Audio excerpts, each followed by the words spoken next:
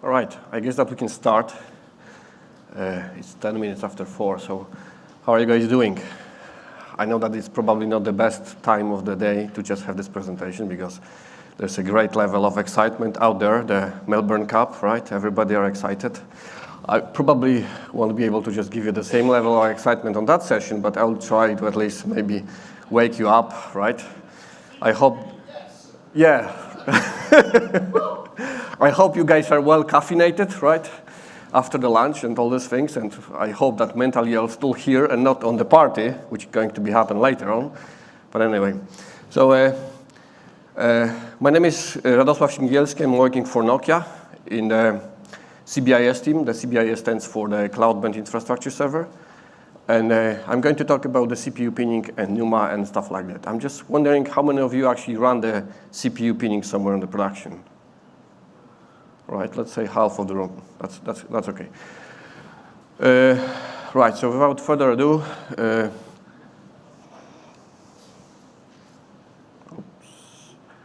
it doesn't change.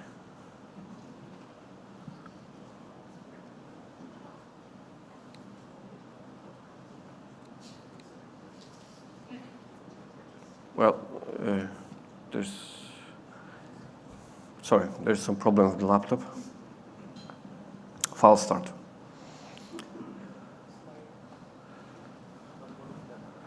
Well, it's changing here on the screen, but doesn't on the. Do you wanna change? No. I want to change the slide. Wait. Okay. Changing here doesn't here. All right.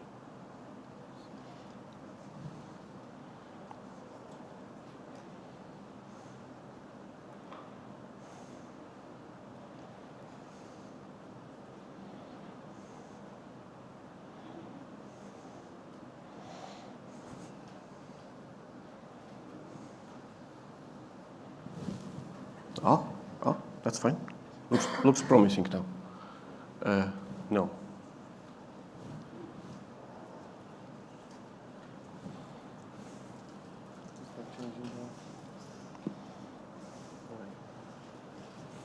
Sorry, guys. This hardware doesn't like me. So maybe I'll just start. Maybe we'll just solve the problem with the AV. After the session, the key takeaways, I'm going to just try to answer the question, why do we want to have the CPU pinning in the first place? I'm going to talk about the CPU pinning and NUMA, because you cannot really talk about the CPU pinning without speaking about NUMA. Those things are tied together so closely that actually it's impossible right now.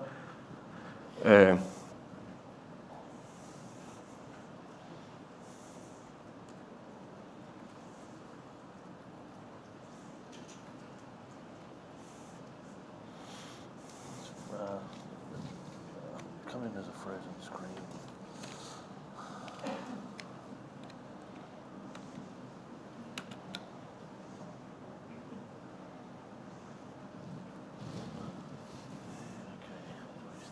Back to the screen again. Just watch popping that. So, bring this down. I mean, it's already, that's the... Well, it's come up as an extended screen.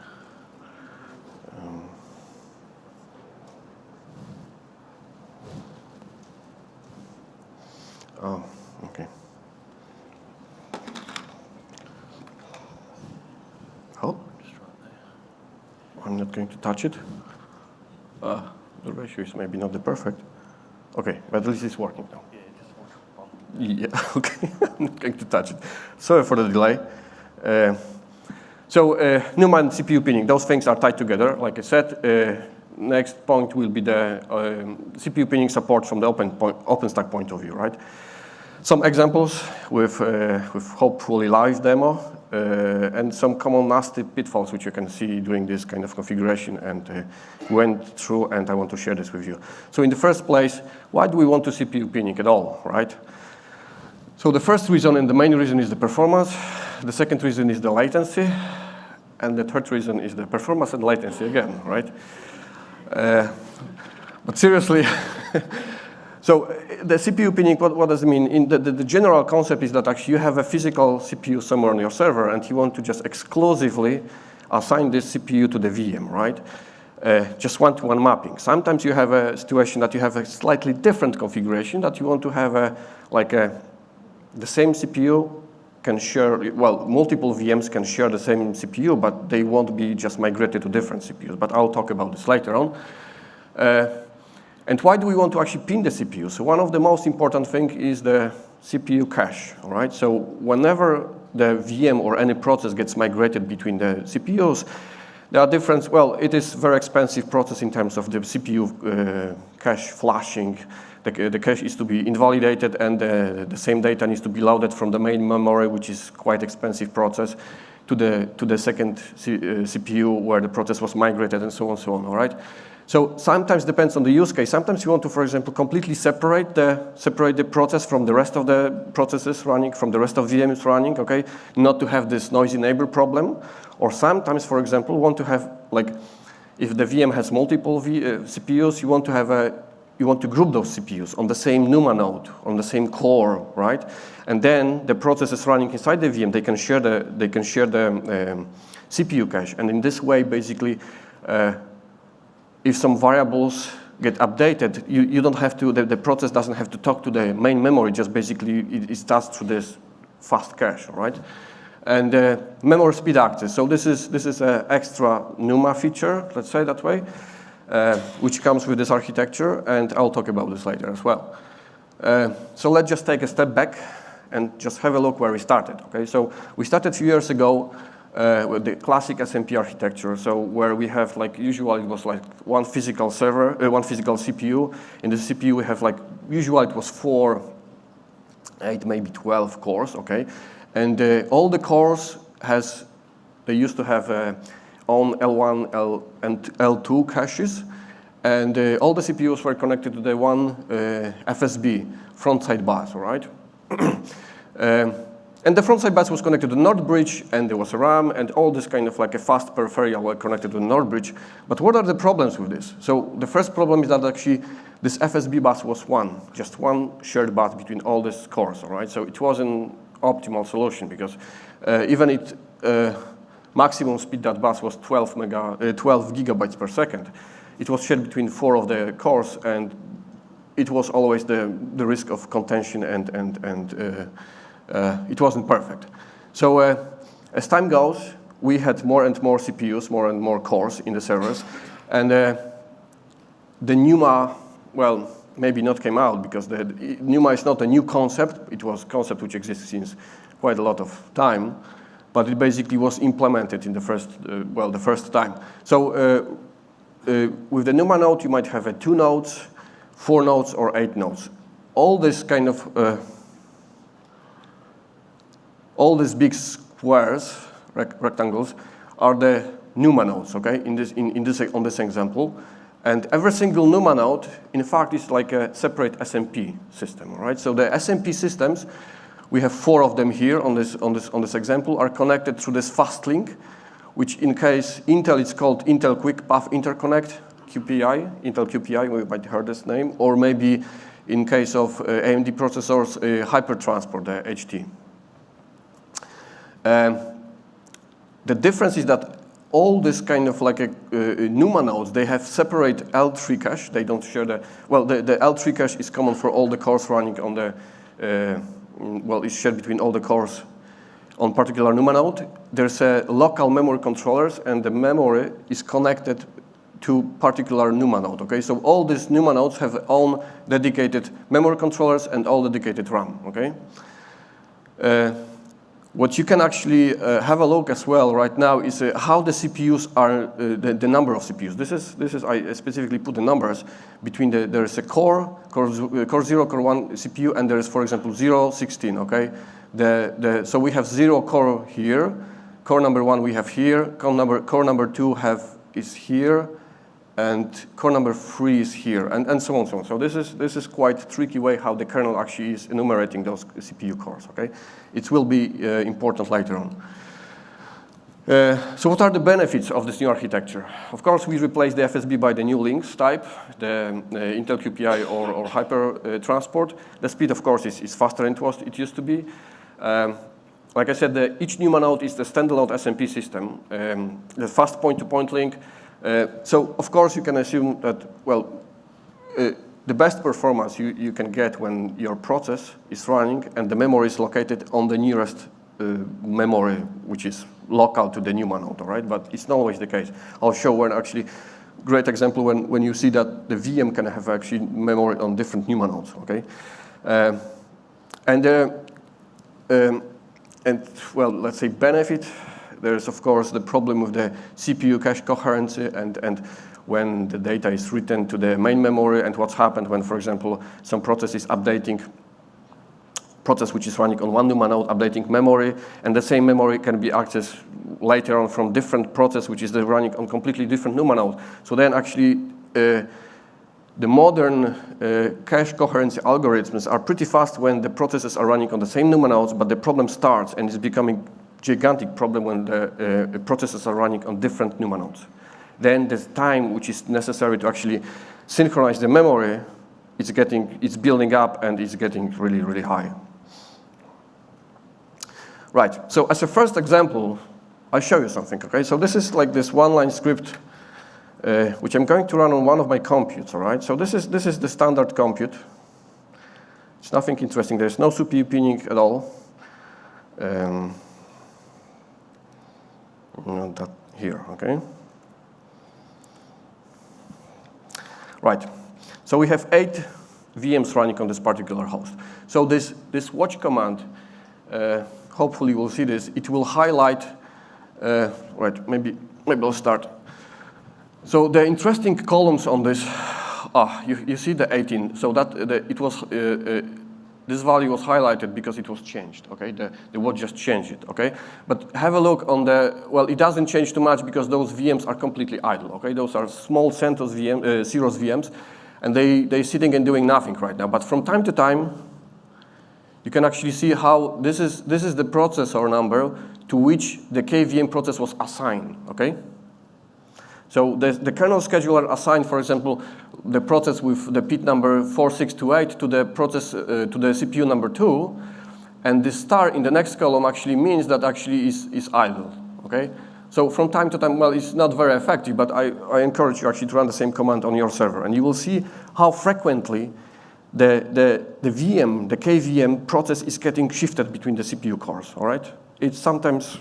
And especially this is happening very often when you, for example, have a CPU overcommit. Okay, the CBIS project which I'm working on is usually dedicated for the telco clouds, and they don't like the CPU over provisioning, so it's not that big of the problem. But if you have the default value of the CPU over provisioning in Nova is 16, right? So well, that's the way it is. So the CPUs. The VMs are really shifted very, very quickly and very frequently between the cores. Okay. So there's explanation what exactly there's this PSR which column which is the process processor that process is currently assigned to, and there is the next column with the star, the process that the process is currently executing on. Right. So there's a difference between the CPU which was assigned to the process, and then, well, it might change. Anyway, I encourage you again to just run this command on your own, any hypervisor, any compute you have, right? NUMA memory. Okay, so like I said, I'll execute the same command here on my server. Oh, there was a change somewhere. Right. So like I said, those are small Ceros VMs, and they probably have assigned like 1 gigabyte of memory to each of those VMs. The total memory which is actually consumed by the VMs is way smaller because it's between 70 and 80 megabytes. All right, so this is the memory which is really allocated by the VM. It's not what was like assigned, but it's what is really consumed by the VM. So that's why even if the VM have 1 gig of memory, they just consume between 70 and 80. But what I want to show you is, for example, on my server I have 2 NUMA nodes. There is a NUMA node 0 and NUMA node 1. And let's have a look on one of the VMs, all right, on the last one, all right? So we see that on the NUMA 0, this VM has 27 megs of memory currently used, right? But on the NUMA 1, it's 47. So the memory is split between the NUMA nodes, and it's, well, okay, so for example, this process, most of the memory, like I don't know, 95, 99% is memory comes from the NUMA node 0, and very small fraction of the memory is on the NUMA node 1. So this is what we want, okay? Because the NUMA, the memory is not split between the NUMA nodes, and there is no this cross NUMA nodes talking when it comes to the memory access, and this is optimal situation, right? Of course, we are assuming that the process, the VM is running on the same NUMA node. Okay, so we have a local, we have a QEMU process running on the NUMA node, and the local memory, which is, well, the memory which is assigned to this process is really local to the NUMA node. Okay, so this is optimal situation, but it's not always the case. Okay. Right. So how you can discover the NUMA topology? So there's a few commands here. So the first command is basically just show you how many NUMA nodes you have, and there is also this information how the processes, how the CPU cores are enumerated, okay? Because like I said on the previous slide, it's not always like the one by one, okay? So this is important. Sometimes get a little bit tricky to understand actually what is where, what is the, and of course it's getting more tricky if you have a hyper trading enable, okay? And then, yeah, it's even more complicated than that. So the next command, which is pretty much show the same information, except that actually it's also show how much memory is assigned for, well, is available on every single NUMA node, and how much is utilized currently on those NUMA nodes. So you can see that we have 65 gigs of memory, and 45 is free, okay, on this NUMA node, for example. We can see at the very bottom of the output of this command, there's this new node distance, all right? So in my case, on my server, I have 2 NUMA nodes, and there is a cost. There's a special metric which expresses this cost, access to the memory cost. It's not a millisecond, it's not a time, it's not microseconds, it's not a time. It's some kind of metric. But it expresses how much does, in this specific metrics, what is the cost of accessing this remote memory. That command might not always work, it depends really on the BIOS, but you can see that, for example, your physical channels and DIMMs to which NUMA nodes are connected. You can use actually this command, for example, when you have a failed memory or something like that. Then you can easily identify, all right, so I see that the memory is, for example, broken on one of the NUMA nodes, and then you can identify which bank is it, okay, precisely. But like I said, it's not always working. It looks like it's working on the newest BIOSes, not on the oldest one. So that's about the hardware history and so on and so on. Let's just have a look on the OpenStack. Okay, how does it look like from the OpenStack perspective? All right. So the first CPU pinning support came out in Juno. Then there was a few new improvements in Kilo. By default, the Nova scheduler is optimized for the Nova density, not for the CPU pinning or anything like that. The Nova scheduler is not aware about the NUMA node. Well, by default, it's not aware about the NUMA architecture, the CPU architectures, where the VMs was placed, how far VM needs to, well, how far is the memory from the VM running on particular NUMA node. So this is by default, this is the default configuration. Those things can be changed with using specific filters, but by default it's not there, okay, it's missing. From user perspective, user shouldn't have any knowledge and ability to actually understand what's under, shouldn't have any information about the underlying hardware. This is the cloud, and user actually have flavors which should expect to just deal with these problems on behalf of the user. Okay, user wants to say, okay, I want to have a CPU pinning, and I want to have a VM and memory assigned to this VM, which is on the local, the closest memory, and so on, so on. So this is like our responsibility to actually configure this properly.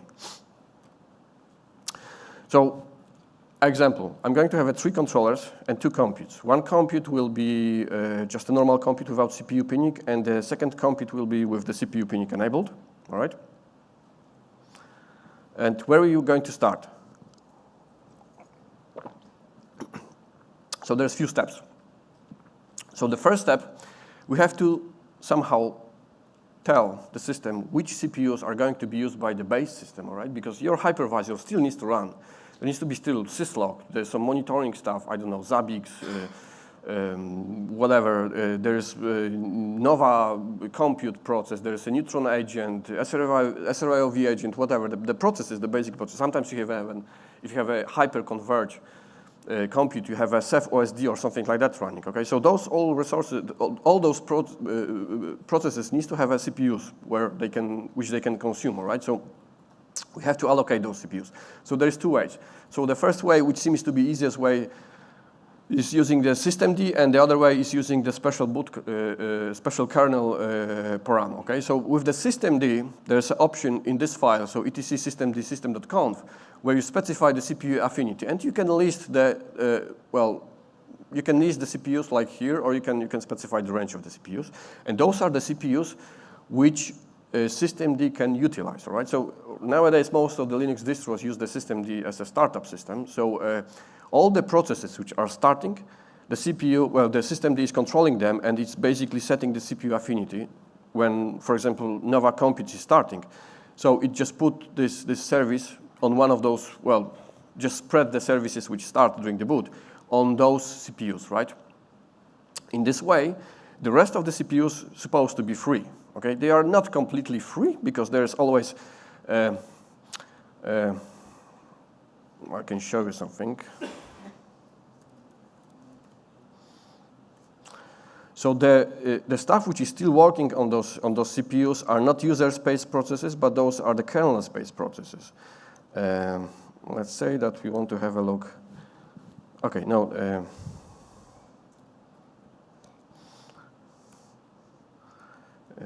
So what I'm going to check first is my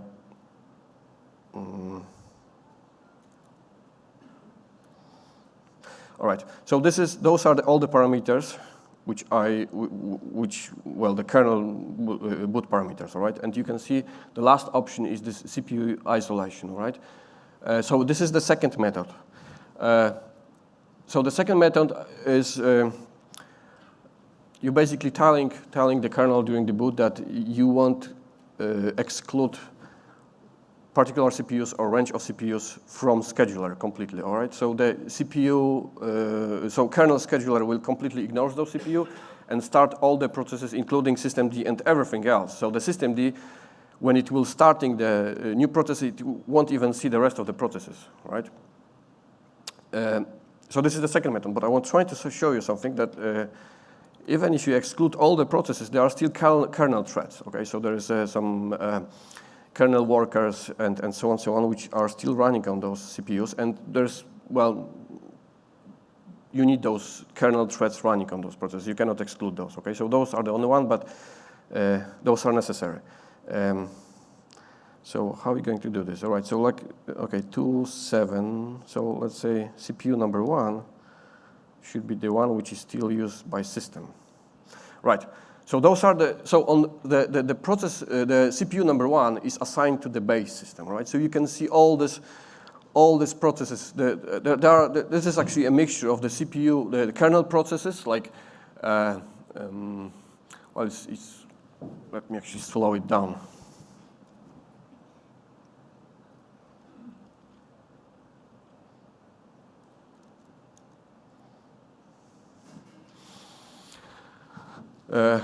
So what we've got here. So watchdog. Watchdog is actually the kernel process. Migration is the kernel process. Kernel soft IRQ daemon, actually the kernel process. Key worker, kernel process, and so on. User process, dbus daemon, whatever. Network manager, Python, some probably Neutron or Nova agent, Zabbix. OS collect config. So those are the user space processes and of course the kernel processes. And this is the CPU which is currently assigned to be used by the basic system, okay? There won't be VMs running on these processes, but so let's just pick up one of the processes which is supposed to be assigned just for the VMs, which is, for example, I don't know, the CPU number 2. Right. Okay, so actually there is a VM running on this. So there is QMUK VM running on that one, and there is a bunch of vhosts processes. Those are the kernel processes, but those are the kernel processes which are responsible for the network interfaces. And things, yeah, it's 20 seconds. But anyway, so let me just get back to the example later on. So those are the two processes. Either you're saying, you're telling the systemd which processes, which CPUs can be used by systemd, or you using the kernel boot parameter and you basically excluding from the scheduler bunch of CPUs which you can later on use for the libvirt. The next step in the configuration is on the Nova computes. All right, on the Nova computes you basically have to configure the same set of CPUs. In the default section of the Nova compute process, there is a CPU pin set, and those are exactly the same CPUs which I specify previously on this slide. All right, so if you compare this CPU isolation, for example, because you want to tell CPU Nova that those CPUs are the CPUs which are supposed to be used by the VMs which you're going to start. All right, and of course after this change you have to restart the Nova compute. The next step actually goes to the controllers, and on the controllers, you want additional two filters in Nova on the Nova scheduler. So one of the Nova filters is the most important for us is this Nova NUMA topology filter. The second one actually this is extra. You probably can. You don't have to use it. I just use it because we want to have this. In my example, I want to have this one compute which will be PCI with the CPU pinning, and the other one will be without the CPU pinning. Right. So I want to make this distinction, and this second filter actually helps me to actually do so. Right. In case you have an installation which will be completely all the computes will run with the CPU pinning enabled, then you don't have to have the second. But it's a little bit unrealistic, I would say. Yes. So after this change, when you go, and of course you have to restart the Nova scheduler on the controllers, on all three controllers or whatever. After the change, if you start the VM, you can actually notice something interesting. You can use this, for example, there is a smart command which is vCPU pin, and then the name of the instance. You will notice, let me actually run this command in this compute. So those are the VMs running it.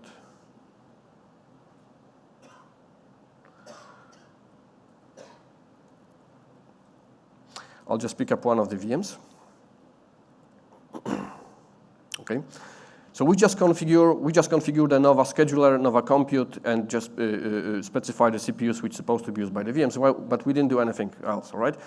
I start a bunch of the VMs, and you can see that this VM has 4 virtual CPU assigned, and there's a CPU affinity line here, and you see some kind of dashes. So those dashes are the CPU which the VMs is not allowed to run, and those CPU happens to be the same CPU which are used currently by the base system, right, by the operating system. And all the Ys means that actually those are the CPUs where the VM can run. Okay. That will change later on when we really create a flavor and start the VM with the full CPU pinning. That will come. But this is like the first step. It's like a kind of verification. Okay, you can use this step.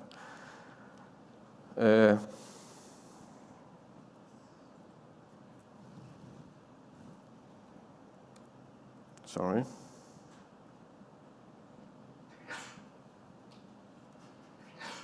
So let's boot the VM now.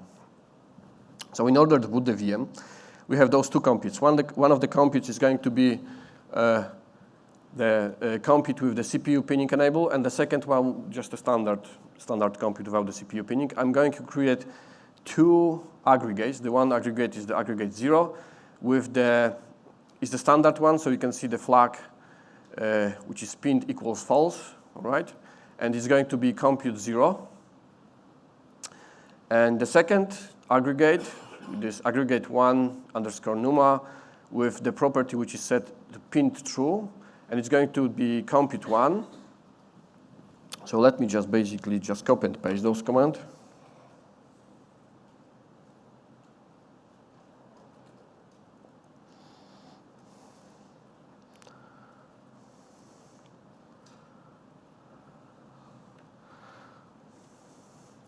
So we're creating the first aggregate, adding the host, adding the property to the host, to the aggregate. This is how the aggregate looks like. We're creating the second aggregate, property, adding the host, and we're showing everything right now. So we have two aggregates, one with the CPU pinning and the second one without CPU pinning. Those are the two ones at the very bottom.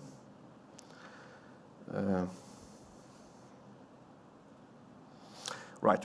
So we have CPU aggregates. Now we want to create the flavors. And those are like copy-paste commands. You can use exactly the same commands. They should work for you. So in this flavor, there are two interesting things. So I'm just specifying the CPU policy, okay? So it's equals dedicated. It means that on single CPU, it's going to just run one VM, okay? The VM will be pinned to this particular CPU and no other VMs will be run on it. The other case might be that actually you have the CPU pinning, but the CPU, physical CPU can be still shared, okay? It's less optimal, well, depends what you want to do, all right? So this is the one, and the second thing is actually, I specify this. This is the property which comes, which is necessary by the second filter, which tells to create the VM with this on the aggregate with the pinned equals true value, okay, with the key. So I'm creating this flavor now here.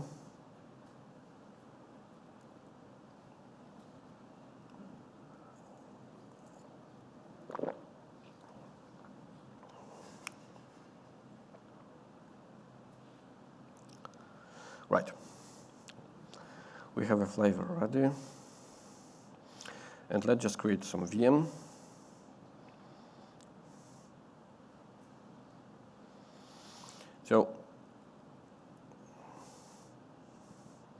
So this is how it's supposed to look like from the end user perspective. The end user, it's not completely aware about the architecture underlying NUMA nodes and so on about the hardware. It's just supposed to use the flavor. Okay, in our case, this is the flavor CPU pinned. Okay, the VMs get created. No, not yet. Okay.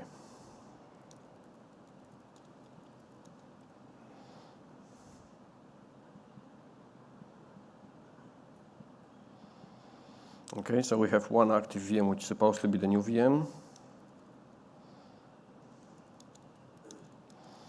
with the CPU pinned.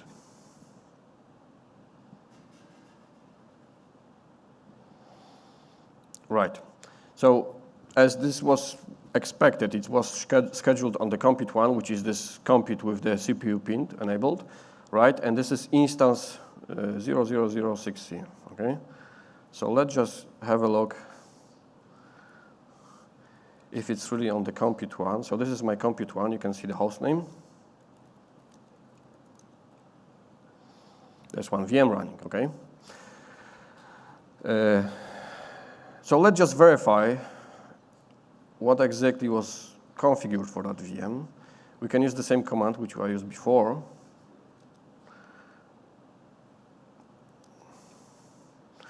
So what we're seeing right now, we're seeing in the CPU affinity line, we just see just one Y. And it's happened to be the CPU 2.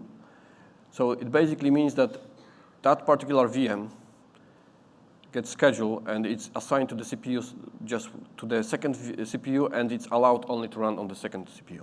Yes? So if you created the flavor so that it's 2 vCPUs, are they guaranteed to be on the same NUMA? So you would have had YY? No, not in this case. Not yet. No, not yet. Here you have only you assign 2 CPU, but this has happening to 1 CPU. Good question. Let me double check that.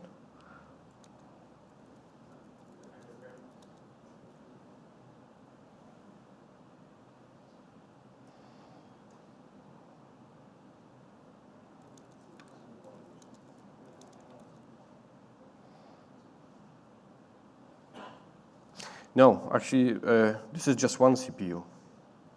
Yeah, the question was if you had set it up so the flavor had multiple CPUs, but still pinned, it would guarantee they're all at the same. No. Not yet. I mean, On the same NUMA node, obviously not the same CPU, but on the same NUMA node. no, it's not guaranteed yet. No. Sorry, but there was a question about 2 CPUs, right? So I can actually, we can try now create a second flavor. Why not?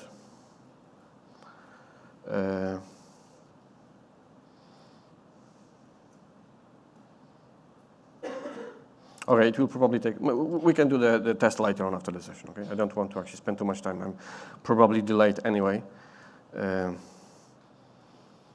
So the common pitfalls, right? We can encourage doing this kind of configuration.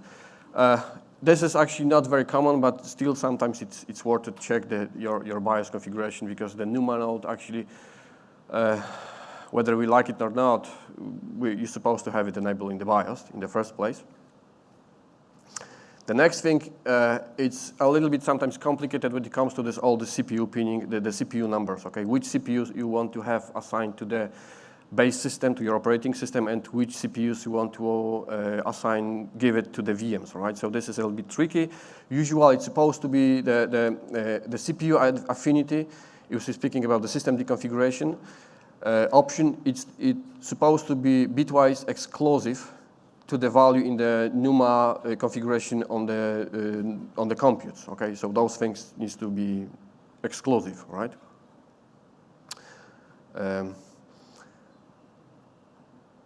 Yeah, this is very important. So in order to have this like a one-to-one mapping, just like if you want to have really just one physical CPU assigned to one VM, you have to get rid of the default setting, which is the CPU allocation ratio. The default value for this one is 16, as far as I remember. It used to be. So it means that, like I said previously, the Nova scheduler is optimized for density of the VMs. It's not optimized for the CPU pinning. And even if this value is not enabled, it's not explicitly set in the NUMA config, the default value is 16, all right? So you might end up with this full valid CPU pinning configuration, but in your case, if you don't specify this, if you don't set the CPU allocation ratio to 1 explicitly in your Nova config, then you will have this different situation that the VMs will be still assigned to particular CPU, but on the same CPU, libvirt can host multiple VMs, okay? So the VMs won't be migrated between CPUs, but the CPU will be shared between multiple VMs, okay? So this might be sometimes confusing. Tricks, okay? So just sometimes for the troubleshooting, because sometimes we have a question, do we really want to enable this? Do we really want to just, I don't know, we have an existing installation, and we want to, for example, enable post-install this CPU pinning. Do we want to really do this? Does it give us any benefits? So you can basically, and the customer is, for example, many times complaining, yeah, my application is slow, blah, blah, blah, okay? So if you want to pin the VM to the CPU, you can actually use this command. Let me show you how it works. So we will go back to the compute which doesn't have the CPU pinning, which is compute 0, okay? And we just pick up one of the VMs and we run this command. Okay.